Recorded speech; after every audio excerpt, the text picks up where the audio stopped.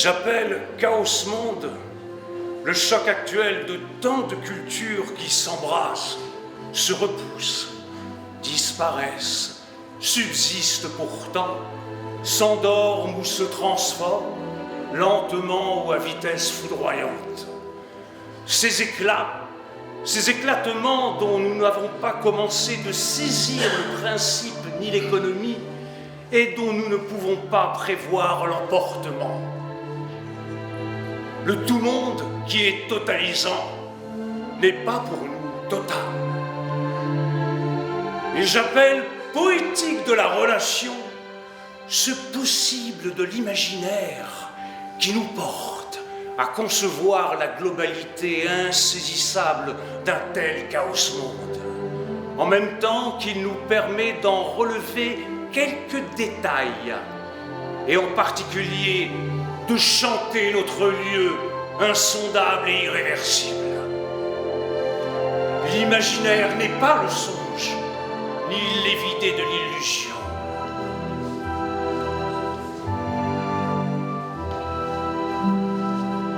On a deviné qu'une des traces de cette poétique passe par le lieu commun.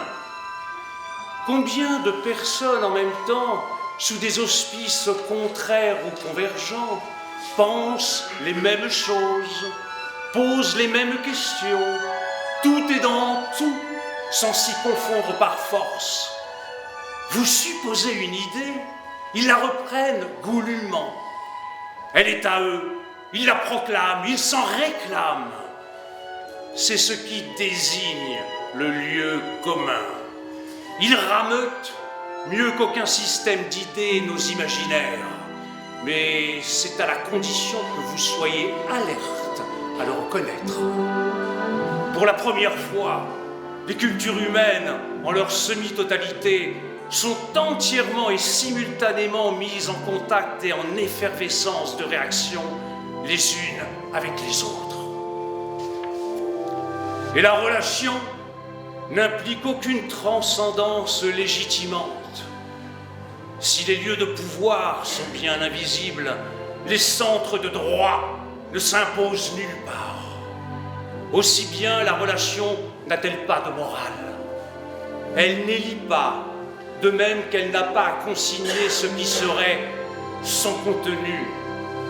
La relation, loin d'être totalisante, est intransitive.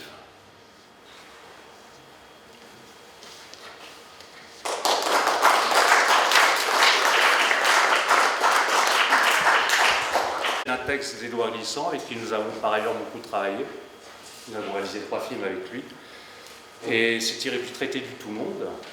Et Édouard, justement, a le don dans ce texte que j'ai choisi d'articuler la notion de relation avec celle qu'il appelle le lieu commun. Donc c'est l'objet de notre réflexion aujourd'hui. Simplement, avant de donner la parole à Violaine, qui va en quelque sorte nous donner le cadre de cette session, ainsi que la présentation des intervenants, je dirais une chose. J'ai terminé sur un mot qui pourra sembler assez absent, ce qu'Édouard Glissant appelle la relation intransitive.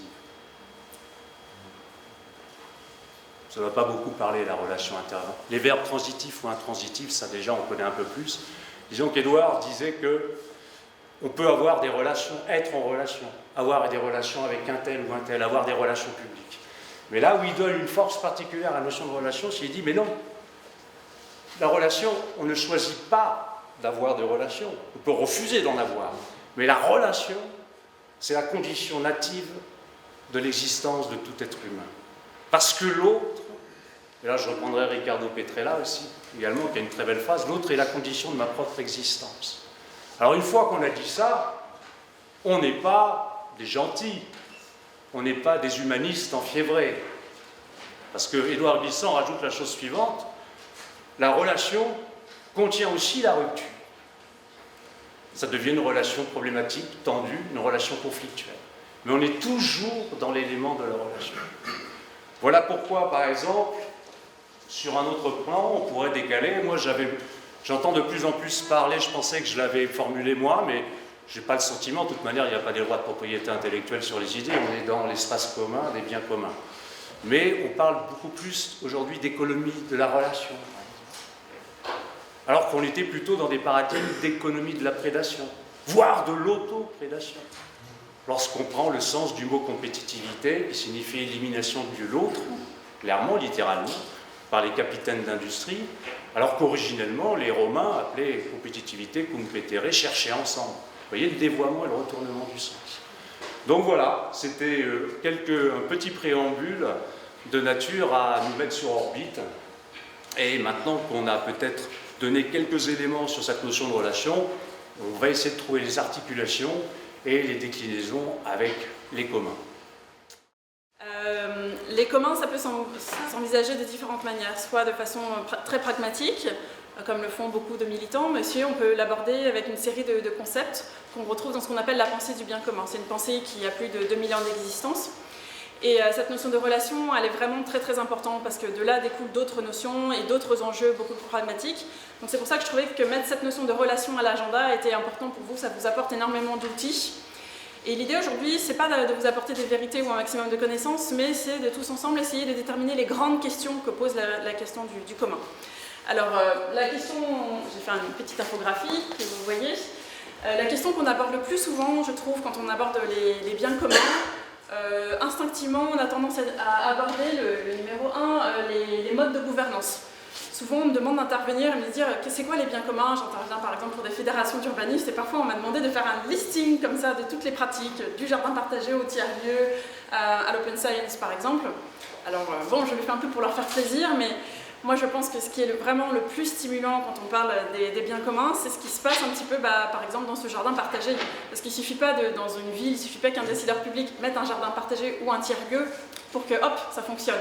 La question, oui, la structure ça compte, les budgets, une belle structure comme on a la chance d'avoir aujourd'hui, ça compte. Mais ce qui se passe, c'est dans ce jardin partagé. Au début on trouve ça toujours super le jardin partagé, et pourtant le samedi on n'a pas forcément toujours envie d'y aller parce qu'on n'a pas le courage, parce que des petits conflits se créent, des petits affrontements culturels se créent. Il y en a un qui veut faire du bio, l'autre qui ne veut pas faire du bio, et ça a l'air de rien, mais ça peut créer des conflits. Donc la question qui se pose quand on parle des communs, c'est la notion de relation. Et pour comprendre cette notion de relation, une notion encore plus importante que Jacques Le Goff a la très grande gentillesse de venir nous présenter aujourd'hui, c'est la notion de personne. Alors ça peut être une notion très conceptuelle, mais on va voir les implications concrètes. Cette notion de personne et de communauté qui se distingue de la notion d'individu et de collectivité, Jacques Le Goff va nous l'expliquer aujourd'hui, elle a été abordée par énormément d'auteurs, principalement au XXe siècle. Alors on l'a vu avec Édouard Glissant, mais on va le voir avec Jacques Le Goff, avec Emmanuel Mounier. On peut penser que cette notion de relation, elle existe depuis toujours. Aristote disait que l'homme était un animal politique, il était en relation. Au Moyen-Âge, Thomas d'Aquin a repris la pensée d'Aristote et puis il a donné une dimension plus spirituelle avec le christianisme. Mais après, une série de penseurs ont un petit peu restreint le sujet, notamment avec Hobbes, l'homme est un loup pour l'homme. On commence à avoir une vision très individualisée, très individualiste. Et il faut que de nouveaux penseurs reprennent le sujet au regard de l'actualité pour aborder cette notion de personne, que Jacques Le Goff, qui vient de Brest et que je remercie infiniment de venir nous l'expliquer aujourd'hui. Oh, pardon. Erreur diplomatique. Il va nous expliquer qu'est-ce que la personne chez Emmanuel Mounier en particulier. Je vous laisse à chaque fois les intervenants présenter votre statut parce que je pense que vous vous présenterez mieux que moi. Il n'y a pas que le statut qui compte, mais c'est aussi votre engagement qui compte le plus. On va aborder différentes relations. Alors la relation, ça peut être bien sûr la relation à l'autre, dans ce fameux jardin partagé, mais c'est aussi la relation à soi-même. On n'est pas toujours en accord, on évolue, et donc il y a une dynamique qui s'établit toujours avec soi-même, dans le temps et dans l'espace. Et puis une question qu'on pose beaucoup, je trouve aussi à l'heure actuelle, c'est la relation à la nature, et qui est vraiment à prendre en compte quand on aborde les communs. Souvent en France, on dit oui, la nature, oui, on en prend soin. Par exemple, si je vous pose la question des animaux, vous allez tous me dire oui, j'aime les animaux, j'ai du respect vis-à-vis des animaux. Ça, c'est quelque chose qui est un petit peu occidental, un petit peu français. Et pourtant, quand on côtoie d'autres cultures, on nous dit non, par exemple les bouddhistes ou les jainistes, par exemple, on dit non, moi j'ai pas du respect, j'ai de la compassion. C'est complètement différent parce que Dieu est dans l'animal, c'est pas quelque chose de différent de moi, la nature c'est pas quelque chose de différent, c'est en moi, il y a une vraie relation. Et puis évidemment la relation à la transcendance, que même les urbanistes, la spiritualité, les urbanistes de plus en plus, là je travaille avec eux, prennent de plus en plus en compte ces questions-là, la spiritualité dans la ville. Jacques Le Goff va bientôt nous l'expliquer, ça sera la première partie. Après, vous serez tout à fait libre d'engager le débat. Et dans la deuxième partie, on va voir un petit peu les déclinaisons concrètes de ce concept de personne qui a vraiment des implications concrètes. On va le voir en abordant la question du savoir, parce que si on tient compte de cette notion de personne, avec cette notion d'amitié qui se crée dans ce fameux jardin partagé, mais aussi de vulnérabilité de la personne, ou aussi de ses potentialités, de sa capacité, pour reprendre une notion de Amartya Sen que vous devez connaître. Comment on peut mesurer ça? Pendant des années, notamment en économie, on n'a pas tenu compte vraiment de ça, puisque l'économie était très axée sur l'arithmétique, enfin en tout cas l'économie orthodoxe ne tenait pas compte vraiment de toute cette humanité, toutes ces questions, ces enjeux sensibles. Et on le voit bien à l'heure actuelle avec une économie qui tient davantage compte de la société, avec une économie plus hétérodoxe, qu'il y a énormément d'enjeux et qu'il faut repenser l'économie. Il faut aussi repenser le droit. Moi qui suis de formation juriste, à l'université, pendant longtemps et encore maintenant, je pense, on enseigne le droit, ce qu'on appelle le droit positif, ce qu'on peut faire, ce qu'on ne peut pas faire, entre guillemets. Et pour autant, en parallèle, on voit bien dans la pratique qu'il y a énormément de droits différents qui se créent. Par exemple, des droits souples, où on demande, c'est ce que je pratique, où on demande aux populations, à la société civile, aux parties prenantes, de se concerter et de dire elles-mêmes quelle est la réalité sociale du terrain. Donc on crée de plus en plus des droits qui sont appliqués à la société, qui sont beaucoup plus fluctuants, qui tiennent compte du mouvement et de la temporalité. Donc aujourd'hui, on va recevoir en particulier Geneviève Ferrand, de ATD Carmonde, qui va nous parler de cette nouvelle façon... Françoise Ferrand, qui nous vient aussi de loin, merci, qui va nous parler en fait de nouvelles façons aussi d'appréhender le savoir. On a trop eu une vision d'experts. Françoise Ferrand d'ATD Carmonde va nous parler du programme de croisement des savoirs. Alors à l'heure actuelle, on en parle beaucoup à l'université, on parle beaucoup de RRI, de recherche responsable, de plus en plus les académiques vont travailler avec la société civile, les acteurs de terrain. Et pour autant, Françoise Ferrand a créé son programme il y a 20 ans, c'est quelque chose qui existe depuis très longtemps. Elle nous présentera en deuxième partie. Et ensuite, quand on parle de commun et de relations, on peut avoir des idées qui sont intellectuellement très brillantes. Et pour autant, ça ne colle pas avec la réalité.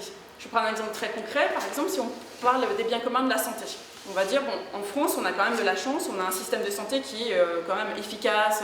Quand vous avez une pathologie lourde, vous avez un ticket, c'est remboursé à 100%, quand même relativement vite.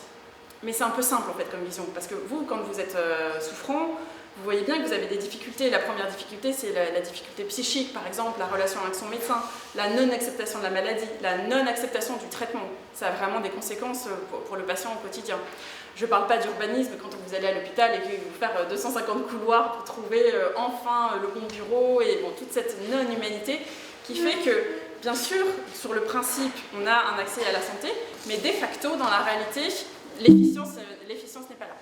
Alors on a la chance aujourd'hui d'avoir Stéphane Vincent de la 27e région qui viendra nous parler en fait de ces nouveaux enjeux, comment l'administration, le secteur public tient compte en fait de ces enjeux pour les usagers, pour les personnes, et comment de nouvelles relations se créent entre le secteur public et puis les acteurs de terrain, que ce soit des entreprises, des fédérations, la société civile, pour que en fait, on crée de nouveaux services qui soient plus innovants, plus judicieux, plus adaptés à la réalité. Et puis, in fine, on aura une belle conclusion finale de deux personnes qui sont dans le fond, qui représentent l'association AYA. Ils se complètent parce qu'il y en a un qui est juriste anthropologue et l'autre est illustratrice, qui nous feront une magnifique conclusion, c'est le rôle que je leur ai attitré, pour nous parler de l'écologie relationnelle de la façon la plus artistique. Alors, oui, j'ai été enseignant, je suis prof émérite maintenant. C'est-à-dire que je n'ai plus beaucoup de mérite à enseigner puisque je suis retiré des affaires, je garde quelques fonctions doctorales. Et puis, il y a 30 ans, en effet, j'ai quitté l'inspection du travail où j'étais allé 10 ans avant pour tester un peu le savoir, mon savoir de juriste publiciste. Je suis plutôt publiciste. Et dans la foulée de mai 68, dans la foulée de la lecture de Mounier, je sentais le besoin d'aller sur le terrain, voir ce qui se passe. Quand j'ai réalisé que j'allais passer toute mon existence sur les bancs de la maternelle jusqu'à l'université et jusqu'à la retraite, oui, je voulais prendre un peu d'air. Voilà. Et ceci explique donc cela. Quant à Mounier, eh bien, ma relation à Mounier date du plus loin pratiquement, puisque j'ai dû commencer à le lire à l'âge de 15 ans, et depuis, je n'ai pas cessé. Je n'ai pas cessé parce que c'est une pensée que je trouve forte, très forte, et que nous aimerions, au sein de l'association que je préside, partager un peu plus, et avec les jeunes en particulier. C'est la raison pour laquelle nous avons récemment fait un film, une présentation aussi pédagogique que possible de Mounier, de son parcours, de sa pensée, et nous publions et republions ces textes. Et le gros œuvre en ce moment, c'est la publication des œuvres complètes de Mounier. Que je vous annonce, ça va nous prendre 10 ans, mais on va commencer. Voilà. L'an prochain sortira notre premier volume pour la période antérieure à la création de la revue, en 1932, la revue Esprit. C'est un volume qui ne fera qu'entre 800 et 1000 pages, comme la plupart des autres. Voilà. Alors, Mounier, les communs, personne est commun. Et je partirai du constat suivant, qu'en faisant le choix du terme de personnalisme, qui était censé exprimer le fond de sa pensée, Mounier savait les risques qu'il encourait. Et en particulier le risque de mésinterprétation et même de contresens de ce qui pouvait apparaître comme une version ripollinée, relookée du bon vieil individualisme. On a dit voilà, c'est cet individualisme qui nous vient de la Révolution, etc., qu'on essaie de remettre en scène d'une manière plus nerveuse. Et c'est pour cette raison précisément qu'il va cesser de mettre les choses au clair sur ce point, en soulignant la dimension radicalement anti-individualiste du personnalisme, auquel il va accoler très tôt le qualificatif communautaire. Personnalisme communautaire. Et dès son texte programmatique, en somme, c'est-à-dire refaire la Renaissance, et dans la foulée Révolution personnaliste et communautaire, c'est un texte qui date de 1932, il consacre un long développement à ce qu'il nomme, c'est un intertitre, la réhabilitation de la communauté. Et il conclut ce développement de la manière suivante: il faut arriver à créer une attitude nouvelle de la personne, l'habitude de voir tous les problèmes humains du point de vue du bien de la communauté humaine et non pas des caprices de l'individu. La communauté n'est pas tout, mais la personne isolée n'est rien. Donc voilà qui marque bien d'entrée de jeu la centralité, en somme, de sa problématique du commun, du communautaire plus précisément, et qui marque aussi d'emblée la responsabilité de chacun vis-à-vis du commun dont il a la charge, c'est-à-dire qu'il porte en lui. Je réponds du statut, pas de l'humanité, mais je dirais de l'humanitude en moi. Et ceci engage ma responsabilité, ce qui fait penser au mot fameux de Montaigne: chaque homme porte en lui le poids de l'humaine condition. Et si je dis ça tout de suite d'emblée, c'est parce que c'est de nature à nous orienter, la réflexion et peut-être même l'action sur des terrains comme celui de la bioéthique. où on a tendance aujourd'hui à considérer que c'est la loi du désir qui doit prévaloir, là où doit être prise en compte également, concurremment avec le désir souvent, cette notion de responsabilité en moi, en chacun, de la condition humaine, dans une dimension proprement communautaire. Et alors, cette dimension communautaire, précisément, découle en droite ligne de l'anthropologie qu'il élabore, et particulièrement du fait que la personne se trouve définie comme un être de relation et de don. Dès le texte de 32, il écrit ceci: « L'homme concret opposé à l'individu, l'homme concret, c'est l'homme qui se donne et qui se caractérise centralement, je le recite, par sa générosité selon une logique d'abondance, de surabondance et même, comme le dira Paul Ricoeur, d'excès. » Paul Ricoeur, dans nombre de ses textes, insiste sur cette dimension quand il essaie de penser en particulier l'articulation entre le droit et la justice. Il dit le droit, c'est l'ordre de la mesure, au terme de compromis nécessaires. La justice, c'est l'ordre de la surabondance, c'est l'ordre de l'excès. Et on peut dire que la justice, c'est l'ordre de l'instituant, qui est très chaud, et qui, peu ou prou, se refroidit en prenant forme juridique. Et ce droit, précisément, n'a de sens, ne conserve de sens que pour autant qu'il reste rapporté à sa source chaude. Et dans son dernier texte, le personnalisme, qui date de 49, oui, c'est son dernier texte, le que sais-je, puisque Mounier, vous ne le savez peut-être pas, est mort très jeune. Il avait 45 ans, il est né en 1905, il est mort en 1950, 22 mars 50 précisément, mort, j'y reviendrai peut-être, de surmenage. Il a beaucoup donné à la revue, à la réflexion, à l'action aussi, et il en a payé malheureusement au prix. Et dans son dernier texte, le personnalisme, il écrit ceci: « L'expérience fondamentale n'est pas la séparation, mais la communication.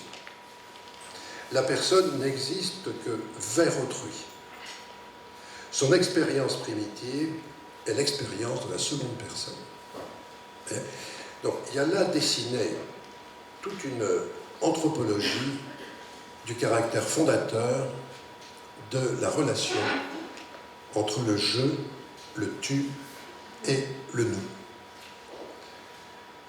Et Ricoeur, qui était très proche d'Emmanuel Mounier, vous savez que, vous ne le savez pas, qu'ils ont vécu dans le même lieu. Ils n'ont pas vécu ensemble, si je puis dire, puisque Paul Ricoeur est arrivé dans la forme de communauté des Murs Blancs à Châtenay-Malabry, où vivaient Emmanuel Mounier, Henri-René Marot, Jean-Marie Domnac, qui a été directeur d'Esprit aussi, Paul Fraisse, Jean Baboulène, qui a été directeur de Témoignages chrétiens, etc.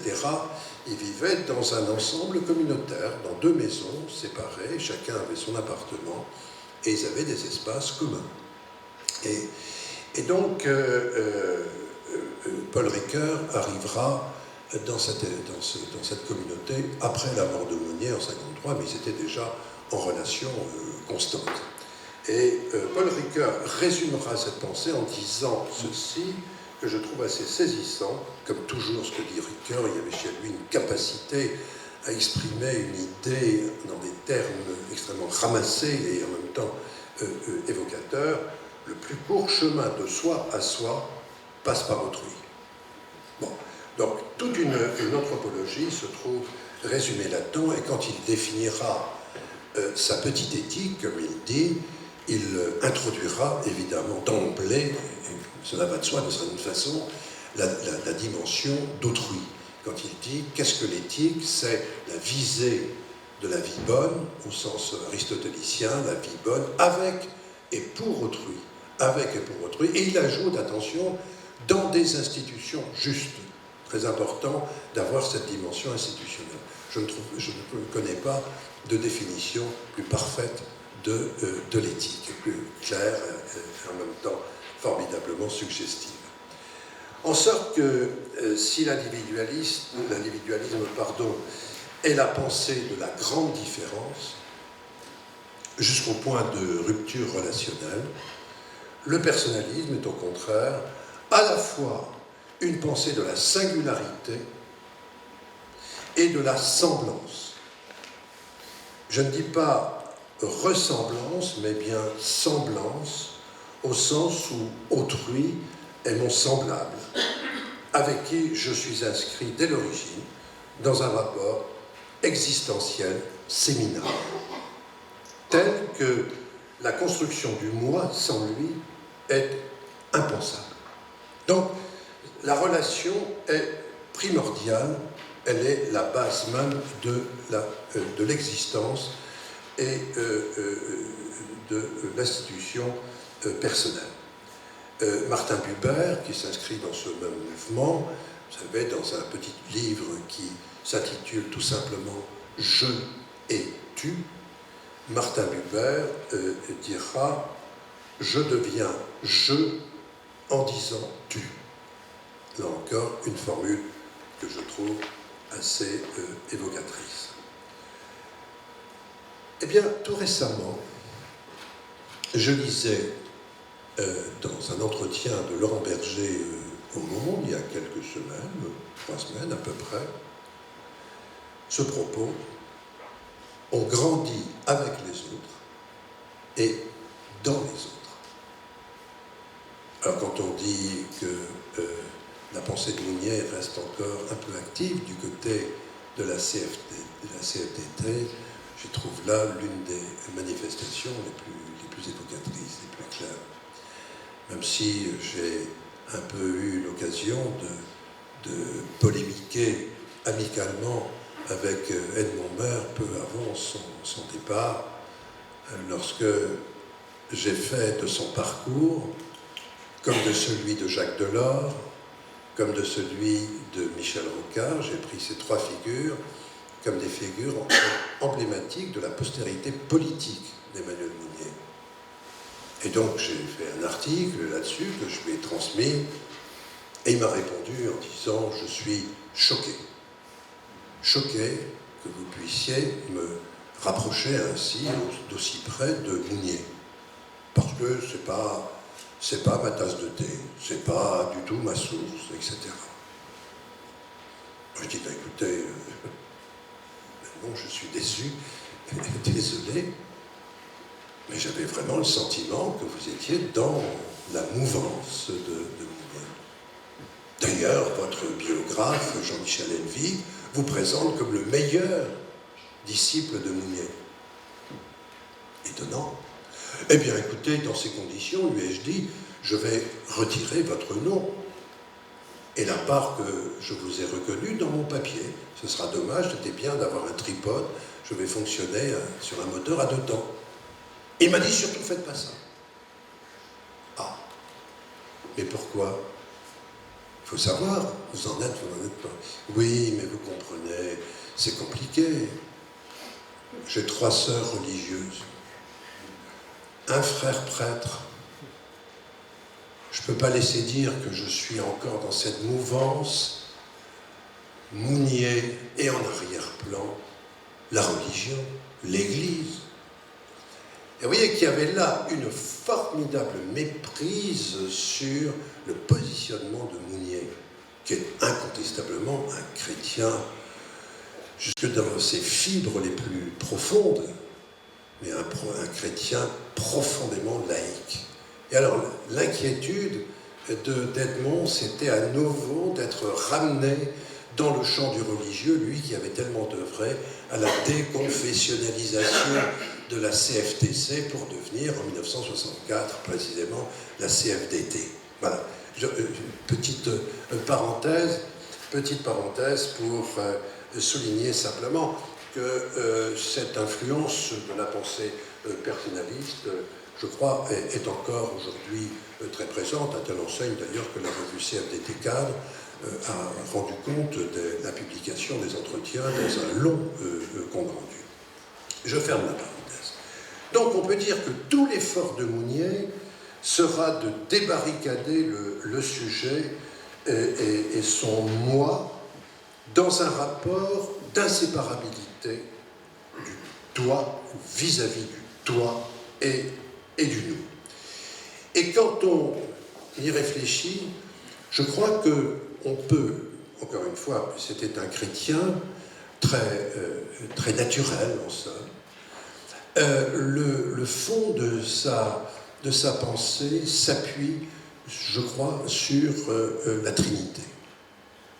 La Trinité, ce mystère qui paraît tellement exotique quand on est à distance du religieux, et qui est si puissant en même temps, puisqu'il exprime cette unité de Dieu, en l'occurrence, cette unité dans une diversité, dans une multiplicité intrinsèque,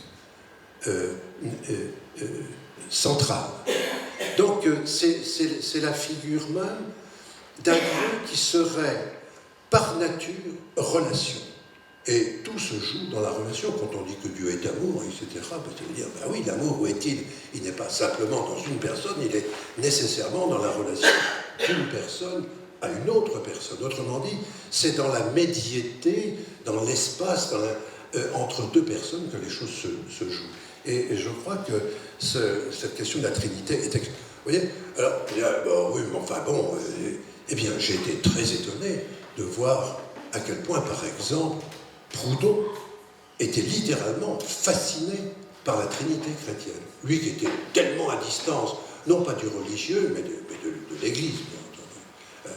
De l'Église. Je profite d'ailleurs de l'occasion pour dire que Mounier était un chrétien laïque, et je dirais même hyper laïque. Il ne supportait pas les parfums de sacristie, les soutanes et tout le reste. Et en 1948, la revue Esprit va consacrer tout un dossier qui a été retrouvé par la suite, je veux dire, qu'on a réexhumé dans les années 80, au moment du débat sur l'école libre, un dossier qui était consacré à l'école de la République. Et ce dossier concluait à la nécessité d'intégrer l'enseignement privé dans l'espace public, dans l'enseignement national, en somme. Voilà. Alors, quelles sont les implications de cette anthropologie fondatrice? J'en vois 3. Et j'ai encore combien de temps? Vous dites 10 minutes, 5 minutes, 3 minutes? 10, 12. Bon. Implications, j'en vois 3. La première, c'est, pourrait-on dire, la responsabilité vis-à-vis d'autrui.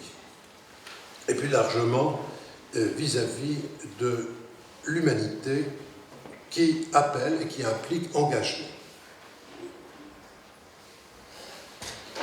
Car si je suis par l'autre, pour Mounier, je suis aussi pour l'autre. Ce qui ne veut pas dire que je sois pour autant l'otage de l'autre. Je veux dire par là que Mounier n'a pas une approche de cette responsabilité vis-à-vis d'autrui aussi radicale que Emmanuel Lévinas. Quand il dit « c'est l'autre qui vient toujours le premier, absolument le premier, et je suis son otage ». Mounier ne dit pas ça. Et Ricoeur a débattu avec Lévinas sur ce point en lui faisant comprendre qu'on ne pouvait pas aller aussi loin dans la notion de responsabilité. Et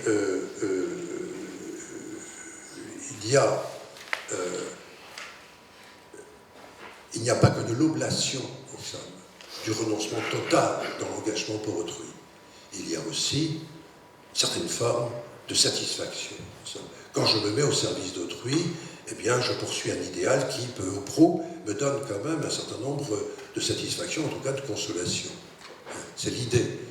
Et c'est une idée que j'ai trouvée récemment illustrée par Véronique Fayet, la patronne du Secours catholique, dans un article des Études, où elle dit ceci, qui m'a un peu rassuré, si je puis dire: je crois que l'altruisme pur, n'existe pas.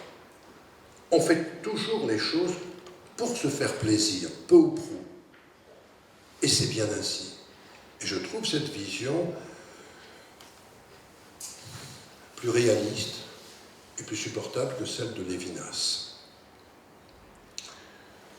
On peut dire que dans tout don, il y a cette forme de contre-don en ça. J'avais écrit dans le bulletin d'Amnesty International il y a quelques années, j'étais membre d'Amnesty International, y compris au niveau national, et j'avais écrit un article qui m'a été demandé par le rédacteur en chef, Benoît Guillot, sur l'engagement à Amnesty. Et j'avais souligné ça en disant que quand on va à Amnesty, on s'engage pour, mais aussi on y trouve des consolations, des satisfactions, oui.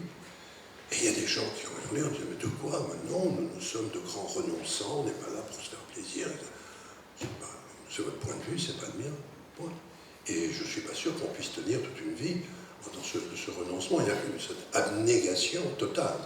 J'avais discuté aussi avec Lita Basset, qu'on connaît bien, enfin, une théologienne protestante suisse, qui avait à peu près la même position, extrêmement rigoriste en somme. Bon, donc responsabilité d'autrui, mais voilà. On peut dire que Mounier ne se fait pas de la présence à autrui une conception héroïque, une conception héroïsante en somme. Il invite à ce qu'il a pratiqué depuis le début, l'engagement. L'engagement, vous devez être, nous sommes embarqués, reprend-il de Pascal, il faut nous prononcer, il faut nous engager. Il faut nous engager dans une action de présence, et je vous signale que le terme d'engagement, c'est Mounier qui l'a lancé. On le prête souvent à Jean-Paul Sartre, mais c'est Mounier qui en a eu l'initiative et qui l'a illustré par son parcours, puisque Mounier, très brillant philosophe, après avoir d'ailleurs fait un détour par la médecine, ça a duré 6 mois, pour faire plaisir à ses parents. Son père était pharmacien, et donc préparateur en pharmacie, pour faire plaisir, dire allez, on va faire un PCM pour papa, etc. Et au bout de 6 mois, il dit épreuve du désespoir jusqu'au bout du suicide.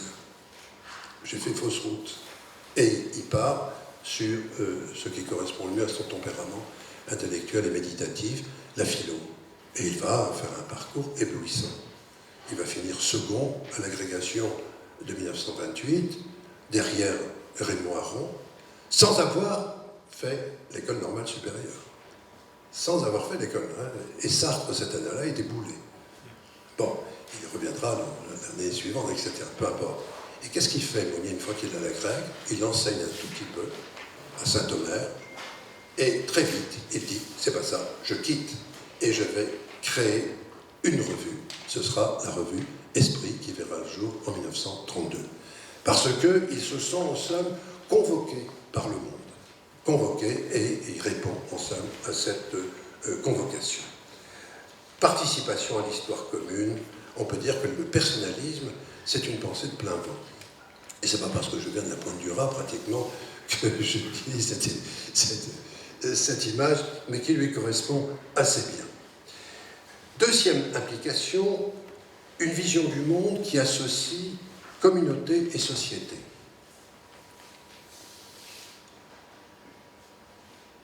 La question qu'il se pose est la question dont nous débattons aujourd'hui, je veux dire dans notre temps, on débat aujourd'hui, comment retrouver le sens du commun dans une situation, dans une société vouée à l'émiettement, à la pulvérulence, sous la pression des individus. Je ne dirais pas de l'individualisme, qui a du bon, du très bon, mais sous la pression de l'individuation, disons pour être plus neutre, dans une dans un bouquin récent, Jérôme Fourquet parle de l'archipel français.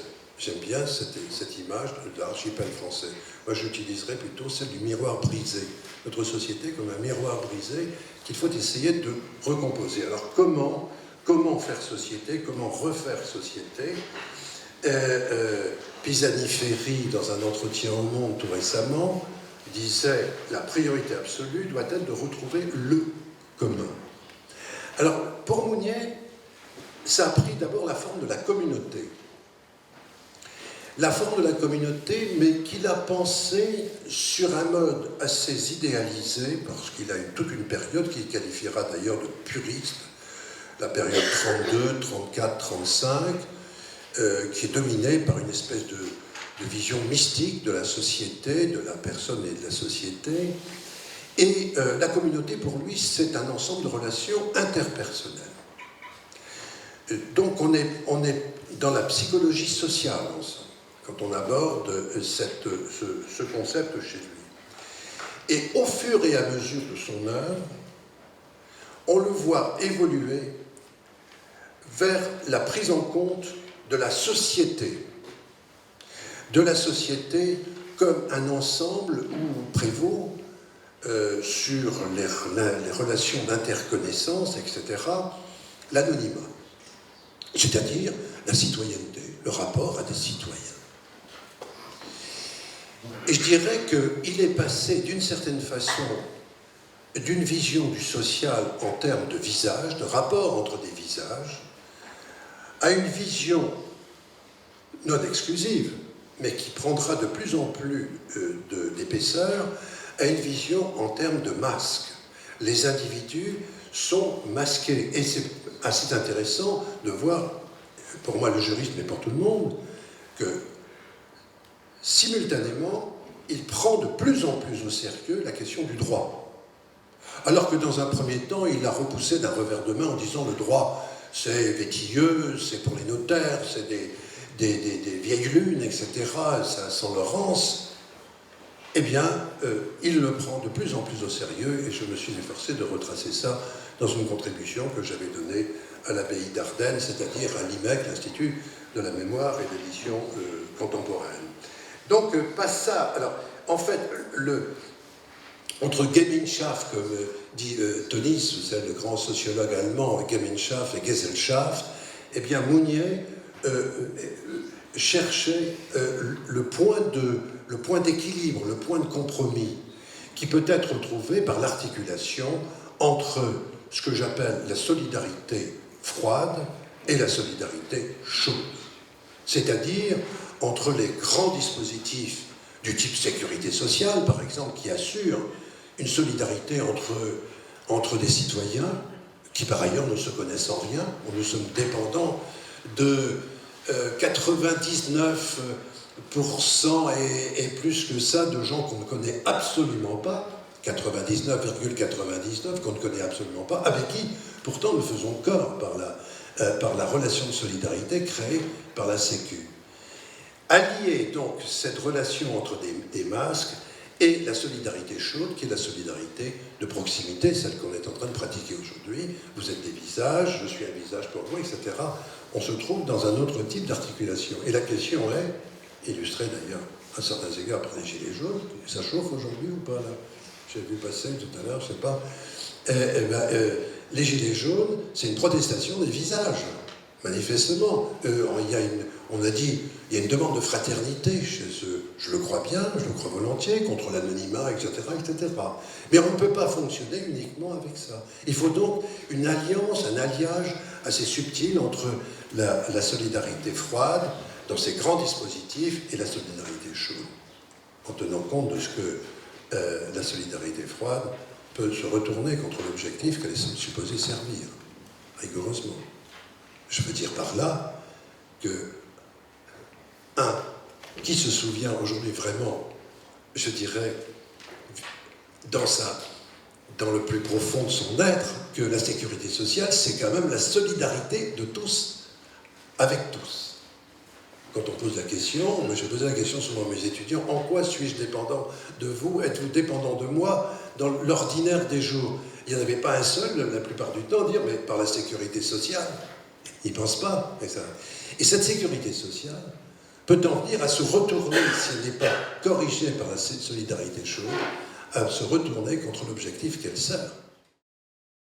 Donc la 27e région, c'est un projet qui est né il y a un peu plus de 10 ans, qui a été créé par un groupe de personnes dont je faisais partie.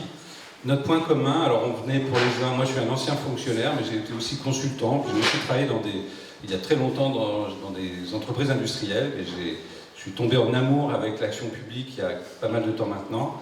Il y avait aussi des chercheurs en sciences sociales, il y avait un philosophe, il y avait un député. On était un groupe de personnes qui étaient passionnées par l'action publique, mais très frappées de voir à quel point elle était de plus en plus en échec. Donc, le point de départ de la 27e région, c'est une réflexion expérimentale sur pourquoi l'échec des politiques publiques.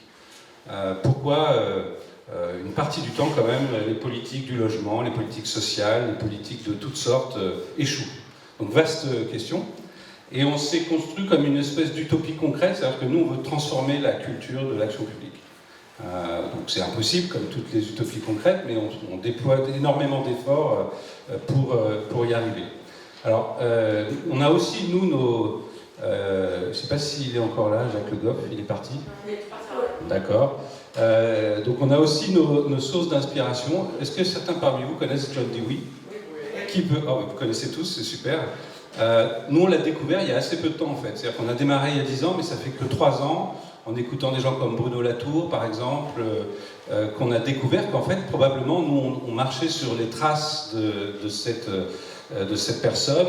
John Dewey, c'est lui qui a pensé ce qu'il appelle la théorie de l'enquête, qui n'est pas une philosophie, mais une méthode philosophique. Donc lui, il dit une insertion doit pouvoir être expérimentée. Le personnalisme dont on a parlé tout à l'heure, pour qu'il ait un sens, il faut qu'on puisse le mettre en pratique. Donc c'est vraiment alors c'est un des pères de ce qu'on appelle à tort le pragmatisme, c'est l'école du pragmatisme et le pragmatisme utopique. Et il dit voilà, la théorie de l'enquête, c'est comment quand on part d'une assertion, d'une hypothèse, on doit pouvoir la vérifier. Et on doit pouvoir enquêter sur le réel, vérifier qu'elle trouve prise dans le réel. Et il a réfléchi au rôle à la relation entre l'État et ses publics. Il a écrit un bouquin qui s'appelle « Le public et ses problèmes », et dans lequel il explique qu'en fait, le rôle de l'État, c'est bien un rôle d'utopie transformatrice. L'État est normalement là pour améliorer nos vies, mais il est à peu près démuni pour le faire. Et s'il veut y parvenir, il faut qu'il enquête sur ses publics, sur la réalité de ces publics. Alors, tout ça est source de confusion, parce qu'on enquête, on pense sondage, etc. Non, c'est l'enquête expérimentale, c'est faire. Par rapport à la recherche académique, ça serait plutôt la recherche-action. Par rapport à la formation, ça serait learning by doing, c'est apprendre en faisant. Donc c'est assez proche de choses que vous avez dit tout à l'heure. Donc voilà, il paraît qu'on commence à en parler en France, mais il est passé un peu à côté de la culture philosophique française, en fait. Il y a un petit conflit entre les promoteurs de Dewey et l'histoire philosophique française. Nous, il nous a beaucoup intéressés par l'idée de... Au fond, pour nous, ça a été une conviction de dire, bah oui, si on veut comprendre pourquoi l'État échoue, il faut qu'on mène une enquête.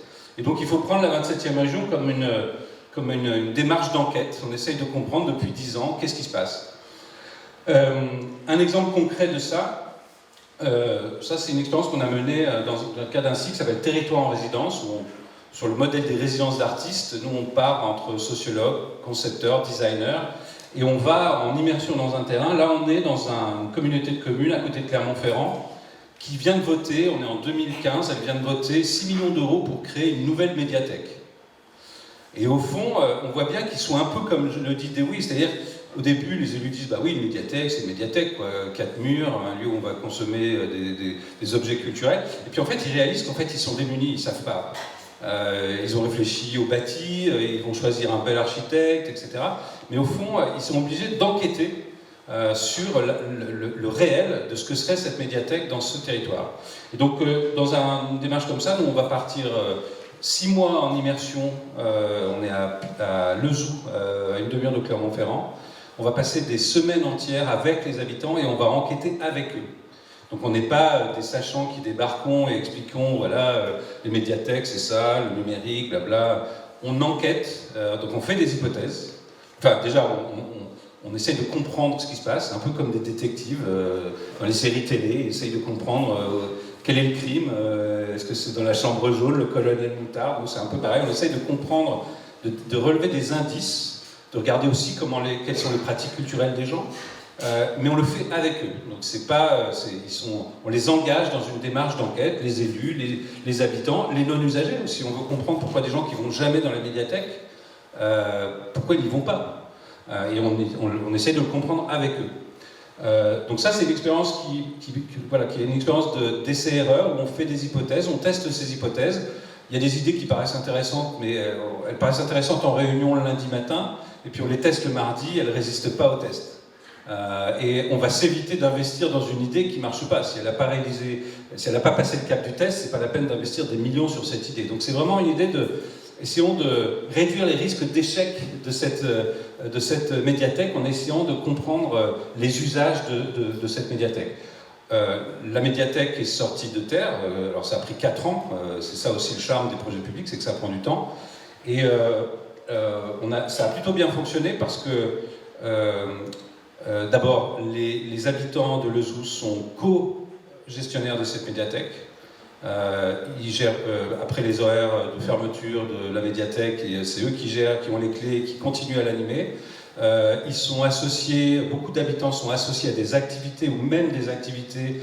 Le slogan de la médiathèque, c'est la médiathèque dont vous êtes le héros. C'est-à-dire que c'est vraiment, même les médiathécaires ont été recrutés non pas pour leur amour des bouquins, mais leur amour des gens. C'est-à-dire, eux, ce qu'ils voulaient, ils voulaient trouver une médiathèque où on fétichise moins les livres et on s'intéresse plus au public et à travailler avec eux.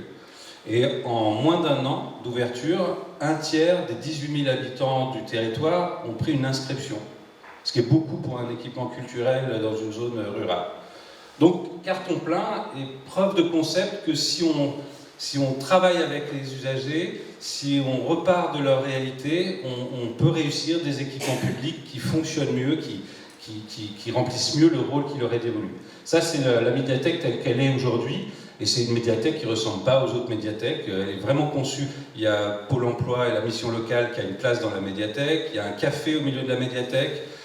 Les bouquins sont presque en second, on les voit à peine. Ce qu'on voit, c'est des lieux où les gens peuvent parler des bouquins ensemble. Donc ça a été vraiment conçu tout à fait différemment. Et je pense que si on avait lancé cette expérience à 1 heure de Lezoux, on aurait probablement produit encore un autre projet. L'idée, c'est d'avoir vraiment travaillé à partir des usages de ce territoire. Donc, pour résumer les méthodes, alors nous on essaie d'aller chercher des méthodes d'enquête. Et les méthodes d'enquête aujourd'hui, c'est l'innovation sociale, faire avec les gens. C'est le design de service. J'en dirai un mot. Alors ça peut paraître un peu étrange de voir débarquer le design dans nos affaires, mais les designers sont des concepteurs. C'est un peu des ingénieurs, un peu des artistes. Le designer le plus connu dans l'histoire, c'est Léonard de Vinci. Il est à la fois, il arrive avec une démarche de création, c'est un créateur, mais il pense en termes de fonctionnalité. Bon, mes collègues designers ne sont pas tous des Léonard de Vinci, mais il y a bien cet esprit dans le design. L'éducation populaire, il y a un idéal de transformation sociale et pas simplement de formation et d'éducation académique.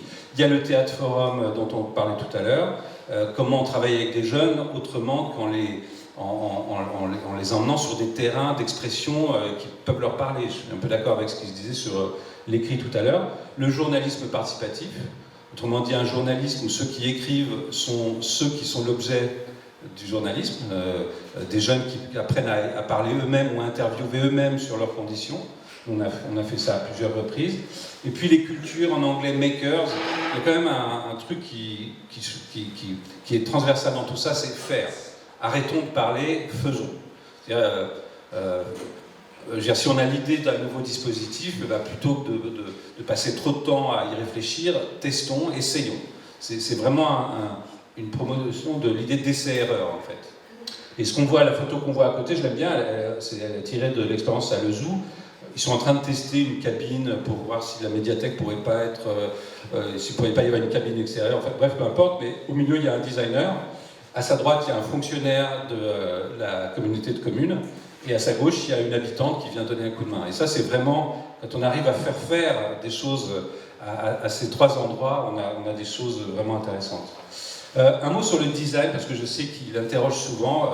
Les designers, nous on les connaît tous, vous les connaissez surtout parce qu'ils produisent du packaging qui pollue, ils ont créé des voitures au diesel qui sont plutôt du côté du problème, mais on oublie souvent que les designers se sont interrogés sur leurs responsabilités. C'est-à-dire que les designers, ils sont derrière à peu près tous les objets de la vie courante qu'on a. Le téléphone que vous avez dans votre poche, les chaises qui sont conçues pour être pas trop chères à fabriquer, nous faire pas trop mal au dos et rapide à produire. Ça, ce sont des concepteurs, c'est des designers qui pensent ça. Donc les designers sont partout dans la société, un peu souterrains, mais ils ont une responsabilité très grande parce que c'est eux qui inventent, conçoivent des objets, des services, etc. Et il y a un designer qui s'appelle Victor Papanek, qui était un designer austro-américain, qui a interpellé ses collègues en disant « Chers collègues, nous devons nous interroger sur notre responsabilité.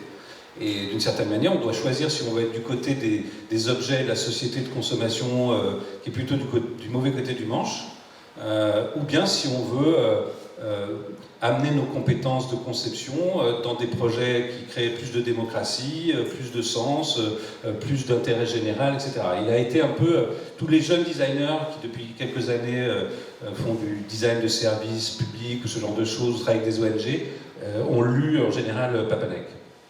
Nous, on a un idéal de transformation de l'administration. Bien sûr qu'on travaille avec des populations, mais nous, nos populations, c'est aussi des agents publics. Et l'idéal de transformation qu'on porte, c'est un idéal qui est l'idéal d'excellence de la fonction publique française, que vous connaissez, qui est incarné par l'ENA, par les grands corps d'État, par la grande fonction publique, vers un autre idéal qui serait un idéal d'ingéniosité. C'est-à-dire que c'est passer d'une vision du savoir, du sachant, du savoir qu'on apprend, le cerveau bien fait, bien plein, etc., à une vision où on est plus dans quelque chose d'un petit peu plus humble, qui est plus aussi un travail d'équipe, et où on ne s'intéresse pas, par exemple, simplement aux besoins. Le problème des Gilets jaunes en ce moment, c'est qu'on entend beaucoup d'expressions de besoins, mais on ne voit pas beaucoup la réalité. J'ai un ami qui résume ça de la façon suivante: si vous demandez aux gens ce qu'ils regardent à la télé, en général, ils vous disent plutôt Arte, mais statistiquement, les gens regardent plutôt TF1. Et en action publique, on a besoin de savoir les deux, en fait. On ne peut pas se contenter de ce que veulent les gens, il faut comprendre ce qu'ils font. Qu'est-ce qui se passe au quotidien des gens quand ils sont dans leur administration, devant leur ordinateur, à faire leurs déclarations et ce genre de choses. Peut-être pour éclairer les derniers points, passage de la planification à l'essai-erreur ou ce genre de choses, peut-être un autre exemple sur lequel on travaille. C'est un gros programme qu'on mène avec 7 collectivités. Donc c'est des grosses machines, c'est la ville de Paris, 55 000 agents, c'est Strasbourg, c'est Mulhouse, c'est Metz, c'est Dunkerque, c'est la région Occitanie, c'est la métropole de Lille. Et en fait, nous, on travaille avec des groupes d'agents volontaires qui ne sont pas que les chefs à plumes, c'est pas que les cadres, c'est les agents d'accueil, c'est des jardiniers, c'est les services de sécurité, parce qu'on fait le pari que l'expertise, elle est là aussi et qu'elle est sous-exploitée. Et on leur apprend à faire de l'enquête, on leur apprend on leur apprend à penser un peu comme un sociologue, un peu comme un designer, et à pratiquer eux-mêmes l'essai-erreur. Là, ce que vous voyez, c'est des agents de la ville de Mulhouse qui travaillent sur la pollution de l'eau. À Mulhouse, il y a, je crois, 200 milliards de litres d'eau qui sont pollués chaque année par les jets de mégots. Et on est vraiment dans des enjeux à la fois massifs et des trucs très triviaux. Chaque fois que quelqu'un jette une clope, il pollue l'équivalent de litres d'eau. C'est colossal. 500 litres à mégot, voilà, c'est ça. C'est colossal. Voilà. Donc c'est très trivial. Les amendes, ça ne marche pas. Les gens ont essayé, 68 € l'amende, et ceux qui vont verbaliser ont autre chose à faire que de verbaliser. Donc à Mulhouse, ils ont tout essayé. Et on a formé notre équipe d'agents, qui ne sont pas des agents spécialisés sur les questions de mégots. On a été chercher des expertises là où elles étaient, à enquêter eux-mêmes sur ce problème. Et donc ils ont recueilli des indices, et ils ont identifié qu'en fait, peut-être, il faudrait arrêter de punir les gens. Il faudrait que ça soit marrant, le jet de mégots. Et donc peut-être que si par exemple les cendriers avaient la forme d'un truc où je peux voter et jeter mon mégot en votant, en disant voilà, Mulhouse va gagner un prochain match, Mulhouse-Guingamp, ils vont gagner 1-0, 2-0, 3-0, bah, que les gens votent, jettent leur mégot en votant comme ça, peut-être ça sera gamifié, ce qu'on dit en langage sociologique, gamifier cette punition qui est le jet de mégot, bah, peut-être ça serait... Et ça, donc ils l'ont fait, ils ont enquêté pour le comprendre, et ils ont fait des prototypes. Donc ils ont fait d'abord des mégotiers en carton pour vérifier cette hypothèse. Ils ont travaillé avec les services des ateliers, et à la fin, là maintenant, il y a 16 nouveaux mobiliers urbains de jet de mégot dans tout Mulhouse qui permettent de tester une autre façon de traiter ça. Donc c'est vraiment de l'empowerment, comme on dit, de la capacitation des agents pour qu'ils fassent eux-mêmes. Il y a aussi chez nous un propos de réinternalisation de l'intelligence. Ça, on confie ça d'habitude à des cabinets conseils. Nous, on dit il y a bien assez d'intelligence dans ces collectivités. Les innovateurs sociaux, ils sont aussi à l'intérieur du système, mais il faut peut-être qu'on sache les aider. Un mot pour terminer sur notre gouvernance. Parce que je pense que la question a été dite à plusieurs reprises. C'est très important. Vraiment, je pense que au moins autant que les méthodes, il y a l'importance des règles communes qu'on se donne, du contrat. Nous, on a décidé d'en être... alors, on n'est pas une collectivité. Bon, ça, j'ai pas besoin de faire de dessin même pour le dire. Même si on a le logo qui ressemble à au signe héraldique du Moyen-Âge d'une collectivité, on n'est pas une vraie collectivité, on est une collectivité utopique. On n'est pas un cabinet conseil. Moi, je suis un ancien consultant et je considère que le business du conseil fait partie du problème. C'est-à-dire que toute cette intelligence produite ne devrait pas être privatisée, elle devrait être un commun. Donc il y a vraiment l'idée qu'on fait l'hypothèse qu'on peut produire du savoir, on peut produire de l'intervention, de l'accompagnement, on peut outiller les collectivités, et que pour autant, il n'y a pas que le marché de Ernst & Young, Capgemini, des grands cabinets conseils qui peuvent faire ça, et même peut-être on pourrait imaginer une alternative à ça. Pour autant, on n'est pas un cabinet de recherche, aucun de nous, on est 11 dans l'équipe, aucun de nous n'est chercheur. On travaille avec des chercheurs, mais en plus on est plus à l'aise dans la recherche-action. C'est-à-dire que pour nous, il nous faut des terrains, il nous faut poser des protocoles, faire des tests et des hypothèses. Donc on est moins dans la recherche académique que dans la recherche-action, et on n'est même pas un think tank, vous savez ce terme qui désigne les structures... c'est-à-dire que nous, on fait et on verra ce que ça nous raconte. Il nous arrive d'être think tank, mais on est plutôt do tank. C'est plutôt faire et voir ce que ça produit. On travaille aussi dans une communauté de collectivités. Aujourd'hui, il y a 35 collectivités qui adhèrent à la 27e région pour qu'on travaille collectivement.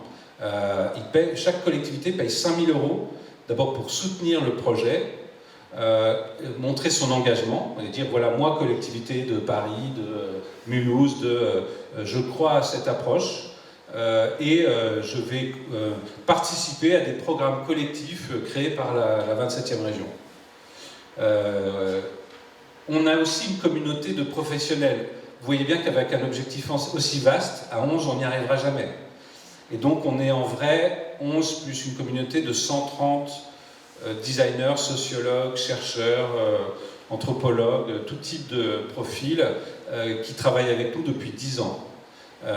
Quand on monte un programme, il y a toujours dans l'équipe des seniors et des juniors. On veut des seniors pour la qualité de ce qu'on doit produire, il y a un engagement de qualité, mais on veut des juniors parce qu'on veut aussi former les futurs seniors. Et c'est comme ça qu'on s'est créé progressivement une communauté de... Ça, c'était nos 10 ans il y a quelques mois, et on s'est tous retrouvés pour fêter ça. On publie aussi nos ressources en licence libre, Creative Commons. Nous, on est financé de temps en temps par des fondations, mais quand même beaucoup par les pouvoirs publics. Donc nous, notre boulot, c'est de restituer ça, enfin voilà, c'est de mettre ça en commun. On considère que tout ça doit être partagé. Donc vous pouvez demain reprendre nos travaux, il faut simplement nous citer, mais vous pouvez même les commercialiser. Pour nous, c'est fait pour être reproduit, recopié, et si possible, amélioré. Et la question des communs, donc elle traverse un peu tout notre travail. Mais là, on souhaite encore, on pense on doit aller plus loin. Et on est dans un programme en ce moment qui s'appelle Enacting the Common. C'est un programme Erasmus+. On fait un tour d'Europe avec un groupe de collectivités, la ville de Brest, Grenoble et Lille. Et on essaye d'aller voir tous les projets en Europe qui relient commun et action publique. C'est-à-dire comment comment des collectivités et des collectifs se sont organisés pour travailler ensemble, par des chartes, par des nouveaux contrats, par tout type de stratagèmes. Et donc voilà, ça c'est un travail qu'on fait ensemble avec eux. Voilà, j'ai fait 20 minutes.